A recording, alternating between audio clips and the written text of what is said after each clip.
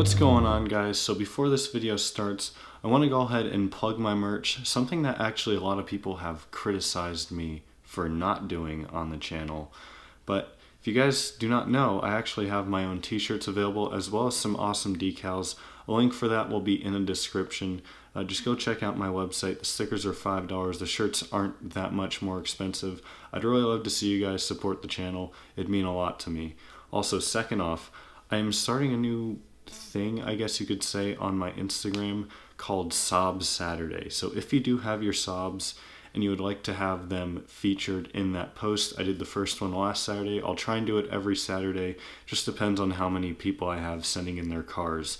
But that's your chance to show off your car to all my followers, and I don't know, just why the hell not? I mean, I'd send my Saab to someone if they asked for it. But anyways, let's go ahead and get into the video. Today we're going to be discussing GM and Saab, and particularly the question of, did GM ruin Saab? Because I think Saab enthusiasts' first answer is yes, GM did ruin Saab. But I'm going to make an argument today for why they both did ruin Saab and why they didn't ruin Saab. And at the end, I'll give my opinion on if I think that they did ruin Saab or not. So before we start, just a brief history between GM and Saab. So General Motors bought 50% of Saab in 1989 and then gained full ownership in the year 2000. And then, of course, Saab was shut down 6 or 7 years ago by General Motors for a multitude of reasons, most of which we'll discuss in this video. So I'm going to go ahead and get into the reasons as to why GM did ruin Saab, or why people think that GM ruined Saab. So the first reason is that the quality of the cars fell to some degree, and in a lot of people's opinion. Now what I mean by this is that they didn't become cheap economy boxes, but they didn't have that same quality feel in some people's mind. And when I am talking about this, the main thing that comes to my head is the interior quality. I think that the interior quality just isn't as good, specifically with the dashboard and the buttons on the dashboard, all the cheap plastic that I've complained about so many times before, and you guys know that that's like my biggest gripe with my Saab, the 2003 9.3. And a lot of people will also argue that maybe the quality of the leather wasn't as good, or other parts weren't as good quality as Saabs. And sure, you can make that argument, but that's kind of an opinion-based thing in a way. The second reason why GM potentially ruined Saab is that they took away some of Saab's quirkiness and what made them special. Now, of course, Saab has always been known for having their quirky and strange features, and I think that under the GM regime and GM trying to get them to fit into almost like a cookie cutter type thing where they can only do this, and Saab didn't want to do that. We'll get more into that later. But I think that GM really tried to limit Saab in some ways, and although granted most of the time Saab didn't listen, Saab's quirkiness and their uniqueness was still limited by GM because they weren't fully able to do what they wanted to do. So another reason is because of the part sharing with some other GM products, or chassis being shared between some Saab cars and other GM cars, which when you think about it really isn't uncommon for today's standards or even back then, because if you look at the Ford Expedition, you've got the Lincoln Navigator, which is just a luxurious version of that on the same platform. Or if you look at something, the most extreme example might be like the VW Atlas, I think it's called, their big SUV. Then you've got the Audi Q7, and above that you've got the Bentley Bentayga. Those are all on about the same chassis, and the price point on those is so dramatically different. So I think that Saab owners complaining about something like that, or Saab enthusiasts complaining about that, is kind of a little naive. But at the same time, I definitely understand where you're coming from, because when you're taking a car like a Chevy Trailblazer, changing the body panels, changing a few other minor things about it, and then calling it a Saab, I can see where that would offend the purist who only likes something that is 100% Saab. And the same can be said, especially for a car like the 9.2X, which is even less of a Saab than the 9.7X, and then also the 9.4X as well. And of course, if you're an American owner like me, you might not really know this, but in Europe, the brand Opel, I think I'm pronouncing that right, I think they share a lot of the same chassis, or they did share a lot of the same chassis with the Saabs that were built under the GM era, because Opel is of course a GM company. So another reason would be that GM limited Saab in some areas and didn't let them fully create what they wanted. I kind of already touched on that earlier, but basically Saab couldn't fully be who they wanted to be, and that kind of cost them because they weren't able to fully differentiate themselves, which is what a lot of their buyers love. So I think that kind of hurt them a bit, but I can see why GM did it, because they were trying to save money, but at the same time, I don't think they necessarily saw that it was kind of hurting the loyalty to the brand, and the brand loyalty dropped. I don't know how much exactly, but I definitely know that it did drop under GM ownership. And then one more argument about why GM ruined Saab. A lot of people claim, or I have heard some claims out there, whether it be comments on my videos, forums, or Facebook groups, is that GM stole a lot of Saab's technology and is using it in their cars today.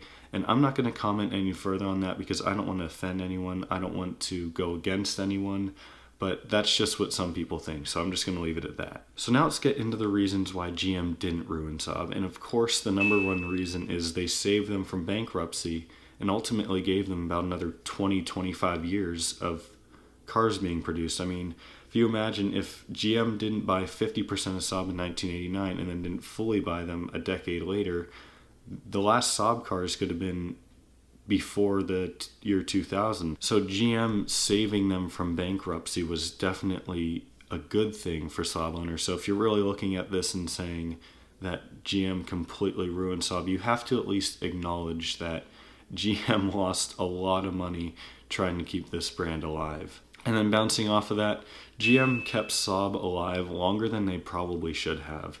Under GM's ownership of Saab, I think the company only had one profitable year, meaning they lost money almost every single year that they were under GM ownership. So the fact that GM kept them alive that long is honestly quite surprising in my eyes, but I'm thankful that they did, and unfortunately they just kind of said enough is enough. We can't keep losing money, we need money, so they eventually decided to just drop it. So you might remember a few minutes ago I mentioned that GM kind of took away some of the quirkiness and uniqueness of Saab, but at the same time they also let Saab keep a lot of that quirkiness and uniqueness and keep some of those features and distinctive things that make Saab Saabs. For example, the key in the center console, the cockpit layout where the whole control stack, or whatever you want to call it over here, is facing towards the driver, and it feels like you're in the cockpit of an airplane in a way. I've touched on that in previous videos. And then also features like night panel that GM let Saab keep, which if they didn't let Saab keep a feature like night panel in retrospect, that'd be really kind of a dick move by GM. But you see what I'm saying here. So another reason, and this is kind of bouncing off a reason as to why GM did ruin Saab, is that GM also gave Saab opportunities to create more cars in different vehicles on different platforms. Granted, those cars were on different platforms, such as the 97X on the GM, is it like the 3600 platform or something it's called, or the 94X, which is on the same platform as the older Cadillac SRX, or the 92X, which is of course based on the Subaru Impreza. Now, a lot of people look at those three Saabs and say, that's not a Saab. But I mean, in reality, if it has a Saab badge, it's a Saab. And I'm going to make that argument till the day I die. If it has a Saab badge, Saab at least had some touch in it, and they had some idea what they were doing. It wasn't literally just a GM car that they just swapped the badges on. So you have to acknowledge that and realize that GM really tried to help Saab. They gave them a lot of more models and opportunities. And they even had, I think, like a 96X or something like that planned. I think that was based off another Subaru car and a few other Saab concepts that were very close to production. So just understand that if we didn't have GM, we probably would not have seen any other Saab models besides the 9.3 and the 9.5. So another reason why GM didn't ruin Saab is because of their massive size. It allowed for more cars to be sold and produced at a cheaper price. So, for example, in 2006, that was the peak year of Saab sales, and Saab was like hell yeah, we're killing it. They sold a grand total of 133,000 cars, which that is a lot when you think about it. But 1 second, because I'm going to compare that to, let's just compare it to Mercedes of 2006 and see how many they sold in 2006. Several bad puns later. So in 2006, Mercedes sold a total of 1.2 million cars, almost 1.3 million cars. Granted, they have way more cars, they sell their cars in way many places, but that's just saying that, you know, even in their prime, Saab was selling a tenth of what their competitors was, which is kind of sad, but I just wanted to put it into perspective for you guys. But hey, at the same time, I'm glad that Saab didn't sell as many cars, because it means that my car and your car are more unique and you don't see as many of them on the road, and then when you do see one, it's so awesome and it just makes you smile. So Saab owners know what I'm talking about. So another reason why GM didn't ruin Saab is because GM actually gave Saab quite a bit of freedom with their cars, and they really didn't limit them too much. Of course they did limit them, but they gave them a pretty long leash when it came to design or, I don't know, technology or everything in their cars. I remember I read a story once when the new generation 9.5 came out, and everyone at GM was wondering why Saab was costing them so much. So they flew over to Sweden, and a guy sat in the 9.5 and he looked at the nav system. He's like, this isn't a GM system. This is a, like, what is this? And it was a Saab system, because the Saab engineers said yours wasn't good enough and we wanted to make a better one. So of course that cost a ton of money in R&D, and of course cost GM more money, which they didn't even know about, it sounds like. So I think that at times GM was possibly a little bit too loose and it kind of cost them, but at the same time, if they would have been more strict, I think Saab, and especially Saab fans, would have been more angry. So it was kind of a lose-lose situation there. And the last reason for why GM didn't ruin Saab, in my mind, is that parts and service were made much more widely available. So you saw more Saab dealerships pop up, and if you have a 9.3, you probably know about the airbag recall.